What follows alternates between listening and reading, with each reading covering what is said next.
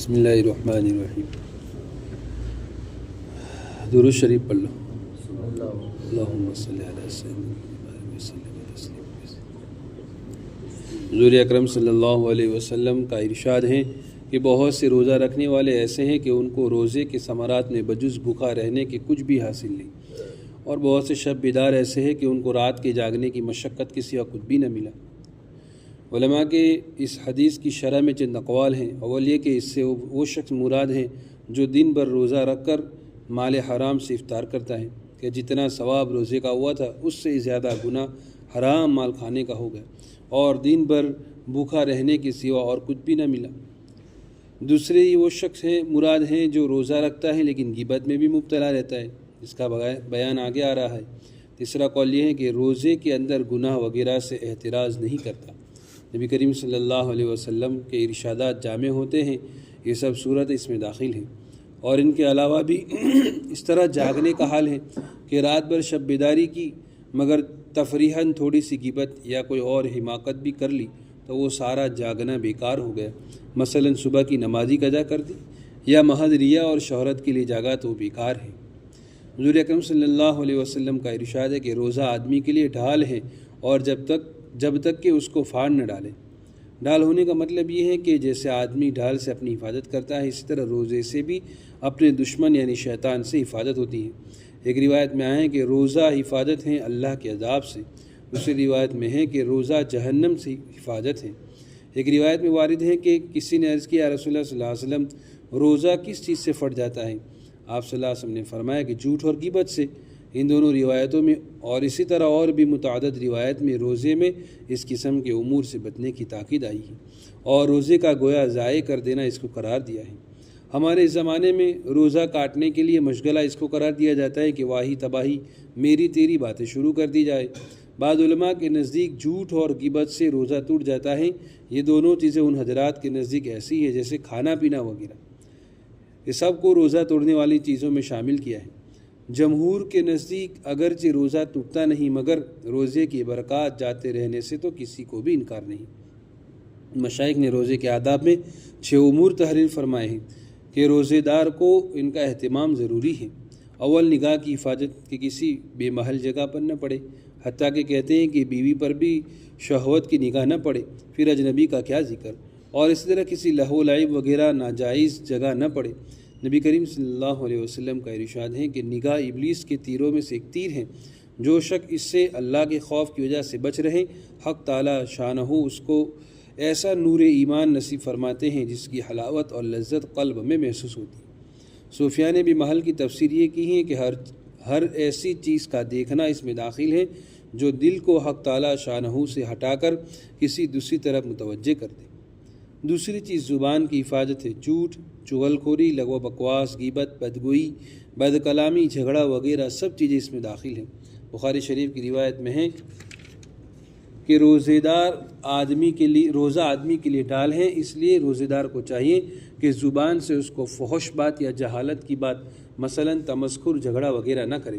اگر کوئی دوسرا جھگڑنے لگے تو کہہ دے کہ میرا روزہ ہے، یعنی دوسرے کی ابتدا کرنے پر بھی اس سے نہ الجھے۔ اگر وہ سمجھنے والا ہو تو اس کو کہہ دے کہ میرا روزہ ہے، اگر وہ بے وقوف نہ سمجھ ہو تو اپنے دل کو سمجھا دے کہ تیرا روزہ ہے۔ تجھے ایسی لغویات کا جواب دینا مناسب نہیں۔ بالخصوص غیبت اور جھوٹ سے تو بہت ہی احتراز ضروری ہے کہ بعض علماء کے نزدیک اس سے روزہ ٹوٹ جاتا ہے، جیسا کہ پہلے گزر چکا۔ نبی کریم صلی اللہ علیہ وسلم کے زمانے میں 2 عورتوں نے روزہ رکھا، روزے میں اس شدت کی بھوک لگی کہ ناقابل برداشت بن گئی، ہلاکت کے قریب پہنچ گئی۔ صحابہ رضی اللہ عنہ اجمعین نے نبی کریم صلی اللہ علیہ وسلم سے دریافت کیا تو حضور صلی اللہ علیہ وسلم نے ایک پیالہ ان کے پاس بھیجا اور ان دونوں کو اس میں قے کرنے کا حکم فرمایا۔ دونوں نے قے کی تو اس میں گوشت کے ٹکڑے اور تازہ کھایا ہوا خون نکلا۔ لوگوں کو حیرت ہوئی تو حضور صلی اللہ علیہ وسلم نے ارشاد فرمایا کہ انہوں نے حق تعالی شانوں کی حلال روزی سے تو روزہ رکھا اور حرام چیزوں کو کھایا کہ دونوں عورتیں لوگوں کی غیبت کرتی ہیں۔ اس حدیث سے ایک مضمون اور بھی متشرع ہوتا ہے کہ غیبت کرنے کی وجہ سے روزہ بہت زیادہ معلوم ہوتا ہے، حتیٰ کہ وہ دونوں عورتیں روزے کی وجہ سے مرنے کے قریب ہو گئی۔ اس طرح اور بھی گناہوں کا حال ہے، اور تجربہ بھی اس کی تائید کرتا ہے کہ روزے میں اکثر متقی لوگ ذرا بھی متقی لوگوں پر ذرا بھی اثر نہیں ہوتا، اور فاسق لوگوں کی اکثر بری حالت ہوتی ہیں۔ اس لیے اگر یہ چاہیں کہ روزہ نہ لگے تب بھی اس کی بہتر صورت یہ ہے کہ گناہوں سے اس حالت میں احتراز کرے، بالخصوص غیبت سے، جس کو لوگوں نے روزہ کاٹنے کا مشغلہ تجویز کر رکھا ہے۔ حق تعالی شانہ نے اپنے کلام پاک میں غیبت کو اپنے بھائی کے مردار گوشت کھانے سے تعبیر فرمایا ہے، اور احادیث میں بھی بکثرت اس قسم کے واقعات ارشاد فرمائے گئے ہیں، جن سے صاف معلوم ہوتا ہے کہ جس شخص کی غیبت کی گئی اس کا حقیقتاً گوشت کھایا جاتا ہے۔ نبی کریم صلی اللہ علیہ وسلم نے ایک مرتبہ چند لوگوں کو دیکھ کر ارشاد فرمایا کہ دانتوں میں کھلال کرو۔ انہوں نے عرض کیا کہ ہم نے تو آج گوشت چکھا بھی نہیں۔ حضور صلی اللہ علیہ وسلم نے فرمایا کہ فلاں شخص کا گوشت تمہارے دانتوں کو لگ رہا ہے۔ معلوم ہوا کہ ان کی غیبت کی تھی۔ اللہ تعالیٰ اپنے حفظ میں رکھے کہ ہم لوگ اس میں بہت غافل ہیں۔ عوام کا ذکر نہیں، خواص مبتلا ہے۔ ان لوگوں کو چھوڑ کر جو دنیا دار کہلاتے ہیں، دینداروں کی مجالس بھی بالعموم اس سے کم خالی ہوتی ہیں۔ اس سے بڑھ کر یہ کہ اکثر اس کو غیبت بھی نہیں سمجھا جاتا۔ اگر اپنے یا کسی کے دل میں کچھ کھٹکا بھی پیدا ہو تو اس پر اظہار واقعہ کا پردہ ڈال دیا جاتا ہے۔ کتنے پہرے لکھ کر گئے، بالکل فٹ بیٹھتا ہے، ایک آنی آگے پیچھے نہیں ہوتی۔ یہ بھی کرامت ہے حضرت شیخ کی۔ یہ کتاب جس زمانے میں پڑھی جائے گی ہر دور میں فٹ بیٹھے گی، یہ کرامت سمجھو ان کو۔ اور صدقات تو اس سے بھی اہم ہیں۔ ہاں، فضائل پورا سال ہم لوگ پڑھتے ہیں نا، سنتے ہیں، پڑھتے ہیں جماعتوں میں، بالکل یہ لکھا کب گئے، تقریباً 80-90 برس تو ہو گئے ہوں گے، لیکن آج کیسی فٹ بیٹھتی ہے، برابر تیر بالکل نشانے پر ہے۔ غیبت عام ہے، اور یہ عوام خوام سب برابر ہے، دیندار کہو بے دین کہو، سب اس میں شامل ہے، کوئی باقی نہیں۔ علامہ اشرف تھانوی رحمۃ اللہ علیہ اپنے ایک ملفوظ میں لکھتے ہیں، آدمی کتنے بھی نیک اعمال کر لے، اگر 2 چیزوں سے نہیں بچتا ہے تو اس کا سب برباد ہو جائے گا، ایک بد نظری اور ایک غیبت۔ اب دونوں میں ہم لوگ برابر پھنسے ہوئے ہے کہ نہیں، بد نظری بھی اور غیبت بھی۔ یہ دونوں چیزیں امت کے اندر ایسی عام ہیں کہ اللہ تعالیٰ ہم سب کی صحیح معنی میں حفاظت فرمائے۔ اور تیسری چیز جو کمی رہ گئی تھی، موبائل آ گیا، اس نے تو کسی کو کہیں کا بھی نہیں چھوڑا، کہیں کا بھی نہیں چھوڑا۔ ہاں، آنکھوں کی جو بد نظری ہے وہ تو آدمی کی یوں سمجھے کہ تھوڑی دیر کے لیے غیر اختیاری ہے۔ ایک عورت جا رہی ہے، اس کے غائب ہونے کے بعد پھر چھٹی۔ موبائل میں ایسا نہیں ہو سکتا نا، موبائل میں ایسا نہیں ہو سکتا، بہت خطرناک چیز ہے یہ۔ ہاں، یہ دل کا انٹرنس ہے، دروازہ ہے آنکھ، یہاں سے آدمی دل کے اندر اترے گا اور نکلے گا بھی یہیں سے۔ اس کی اگر حفاظت ہو گئی تو دل کے دروازے کی حفاظت ہو جائے گی اور دل کی بھی حفاظت ہو جائے گی۔ بہت خطرناک چیز ہے یہ۔ آدمی مبتلا ہوتا ہے لیکن اس کو احساس نہیں ہوتا ہے۔ یہ اللہ والوں کی خدمت میں جانے کے بعد وہاں جب آدمی کی اصلاح ہوتی ہے تب پتہ چلتی ہے کہ ہم کون ہیں۔ باقی ہر آدمی دیندار اور نیک ہے، کسی پر ہم شک نہیں کر سکتے، ہے نا۔ بہرحال رمضان کا مہینہ گناہوں سے حفاظت بہت ضروری ہے، بہت زیادہ ضروری ہے۔ اب یوں سمجھیے کہ حرم شریف کے اندر ایک نماز پڑھنے کا ثواب 1,00,000 نماز کے برابر ہے، تو وہاں کا گناہ بھی اتنا ہی ہے۔ تو رمضان کے اندر اعمال کا ثواب زیادہ ہے تو گناہ کا بھی اتنا ہی زیادہ ہوگا، یہی ہے۔ امام ابن ثعلبہ رضی اللہ تعالیٰ عنہ کی مشہور حدیث بخاری، مسلم شریف وغیرہ سب کتب میں بہت طریقوں سے ذکر کی گئی، جس میں انہوں نے حضور اکرم صلی اللہ علیہ وسلم سے اسلام اور اس کے ارکان کے متعلق سوالات کیے، اور حضور صلی اللہ علیہ وسلم نے سب کو تفصیل سے بتایا۔ اس میں من جملہ دوسرے ارکان کے حضور صلی اللہ علیہ وسلم نے زکوٰۃ کا بھی ذکر فرمایا۔ اور امام رضی اللہ تعالیٰ نے پوچھا کہ زکوٰۃ کے علاوہ کوئی چیز مجھ پر واجب ہے؟ حضور صلی اللہ علیہ وسلم نے ارشاد فرمایا کہ نہیں، البتہ اگر نفل کے طور پر تم ادا کرو تو اختیار ہے۔ حضرت عمر رضی اللہ تعالیٰ کے زمانے میں ایک شخص نے مکان بیچا، تو حضرت عمر رضی اللہ تعالیٰ نے فرمایا کہ اس کی قیمت کو احتیاط سے اپنے گھر میں گڑھا کھود کر اس میں رکھ دینا۔ اس نے عرض کیا کہ اس طرح کنز میں داخل نہیں ہو جائے گا؟ حضرت عمر رضی اللہ تعالیٰ نے فرمایا کہ جس کی زکوٰۃ ادا کر دی جائے وہ کنز میں داخل نہیں ہوتا۔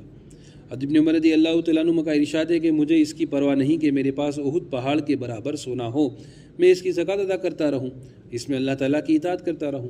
اس نوع کے بہت سے روایت کتب احادیث میں موجود ہیں، جس کی بنا پر جمہور علماء اور ائمہ اربعہ کا یہی مذہب ہے کہ مال میں بحیثیت مال کے زکوٰۃ کے علاوہ کسی دوسری چیز کا وجوب نہیں، البتہ دوسری حیثیات سے اگر وجوب ہو تو وہ امر آخر ہیں، جیسا کہ بیوی کا اور چھوٹی اولاد کا نفقہ ہے، اسی طرح سے دوسرے نفقات ہیں، اور اسی طرح سے مستر کی ضرورت کا پورا کرنا ہے۔ جو شخص بھوک یا پیاس کی وجہ سے مر رہا ہے اس کو موت سے بچانا فرض کفایہ ہے۔ امام غزالی رحمۃ اللہ علیہ احیاء العلوم میں فرماتے ہیں کہ بعض تابعین کا مذہب ہے کہ مال میں زکوٰۃ کے علاوہ بھی کچھ حقوق ہیں، جیسا کہ نخعی، شعبی، عطا اور مجاہد رحمۃ اللہ علیہ کا مذہب ہے۔ امام شعبی رحمۃ اللہ علیہ سے کسی نے پوچھا کہ مال میں زکوٰۃ کے علاوہ بھی کچھ حق ہیں؟ انہوں نے فرمایا ہاں ہے، اور قرآن پاک کی آیت وآت المال علی حبہ تلاوت فرمائی، جو سب سے پہلی فصل کی آیت نمبر 2 صفحہ 23 پر گزر چکی۔ یہ حضرات ہی فرماتے ہیں کہ یہ حقوق مسلم میں داخل ہیں کہ مالداروں کے ذمے ضروری ہیں کہ جب وہ کسی ضرورت مند کو دیکھے تو اس کی ضرورت کا ازالہ کرے، لیکن جو چیز فقہ کے اعتبار سے صحیح ہے وہ یہ ہے کہ جب کسی کو اضطرار کا درجہ حاصل ہو جاوے تو اس کا ازالہ فرض کفایہ ہے، لیکن اس کا ازالہ بطور قرض کے کیا جاوے یا اعانت کے طور پر کیا جاوے، یہ فقہا کے یہاں بھی مختلف فی ہے۔ یہ بہت لمبا مسئلہ ہے، حضرت نے بھی اس پر بحث کی ہے، لمبی خاصی بحث کی ہے۔ ایک آدمی نے اپنے مال کا حساب کر کے زکوٰۃ دے دی، پھر اب چھٹی۔ نفقات مختلف ہوتے ہیں، اولاد کا، بیوی بچوں کا، ماں باپ کا، مضطر کا۔ مضطر اس کو کہتے ہیں جو اضطراری کیفیت میں ہو، یعنی اب مرنے کے قریب ہے، اس کے پاس اتنا کھانا نہیں ہے اور اتنا خوددار آدمی ہے کہ محلے میں کسی سے نے سوال نہیں کیا، اضطراری کیفیت۔ یا ایسا بیمار ہے کہ اس کے پاس علاج کا پیسہ نہیں ہے، اگر بر وقت اس کا علاج نہ ہوا تو اس کی جان کو خطرہ ہے، یہ بھی مضطر ہے۔ ایسے کی مدد کرنے کے لیے کیا کریں گے؟ ہمارے یہاں تو یہی زکوٰۃ کا مال دے دو، زیڑ، پھر چھٹی، یہی ہوتا ہے نا بیمار آدمی کے گھر پر۔ ٹھیک ہے، مختلف مسئلہ ہے، بال اتفاق تو یہی ہے کہ زکوٰۃ ایک مرتبہ جس آدمی نے دے دی اب اس کے اوپر فرض نہیں ہے، ہاں پھر نوافل کا درجہ ہے، واجبات کا درجہ ہے۔ علماء نے لکھا ہے کہ کسی محلے میں ایک آدمی اضطراری کیفیت پر پہنچ گیا، دوا کے اعتبار سے، کھانے کے اعتبار سے، اب محلے کے لوگوں کے اوپر فرض کفایہ ہے، سارے محلے کے لوگ مل کر پیسہ جمع کریں۔ اب اس میں بھی پھر گڑبڑ ہوگی، کون سا پیسہ دیوے؟ للہ دیوے، زکوٰۃ کا دیوے، ہے نا؟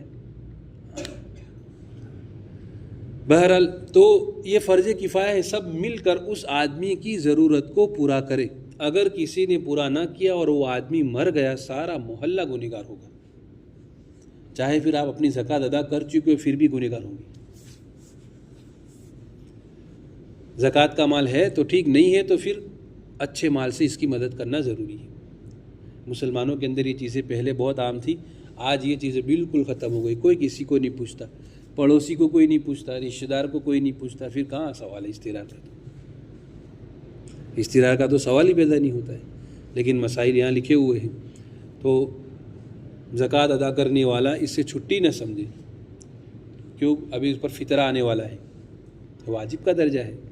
پھر رمضان کے اخیر میں عید پر فطرہ نکالو گے 60-70 روپیہ، پھر یہ کہوں گے کہ ہم نے زکوٰۃ ادا کر دی، نہیں، نفقہ واجب ہے، بیوی کا نفقہ واجب ہے، اولاد کا نفقہ واجب ہے، ماں باپ کا نفقہ واجب ہے، رشتہ دار، خالہ، ایسی رشتہ دار جو محرم ہیں ان کی خدمت اور ان کا نفقہ بہت اچھی چیز ہے۔ محرم کا، اپنی سگی پھوپھی کا، اپنی سگی خالہ کا، جو بالکل قریب محرم ہیں، ان لوگوں کی مدد کرنا یہ نفقات میں سے ہیں۔ تو وآت المال علی حبہ، یہ قرآن کی آیت خود حضرت نے پڑھ کر سنائی۔ تو ہمارا مستدل یہی ہے کہ اللہ نے جس کو مال دیا ہے، زکوٰۃ ادا کرنے کے بعد وہ آدمی چھٹی نہ سمجھے، اس کو اپنی حیثیت کے موافق نبھانے کی کوشش کرے۔ اللہ تعالی ہمیں عمل کی توفیق نصیب فرمائے۔ سبحان اللہ بحمدہ، سبحانک اللہم وبحمدک، اشہد ان لا الہ الا انت، استغفرک۔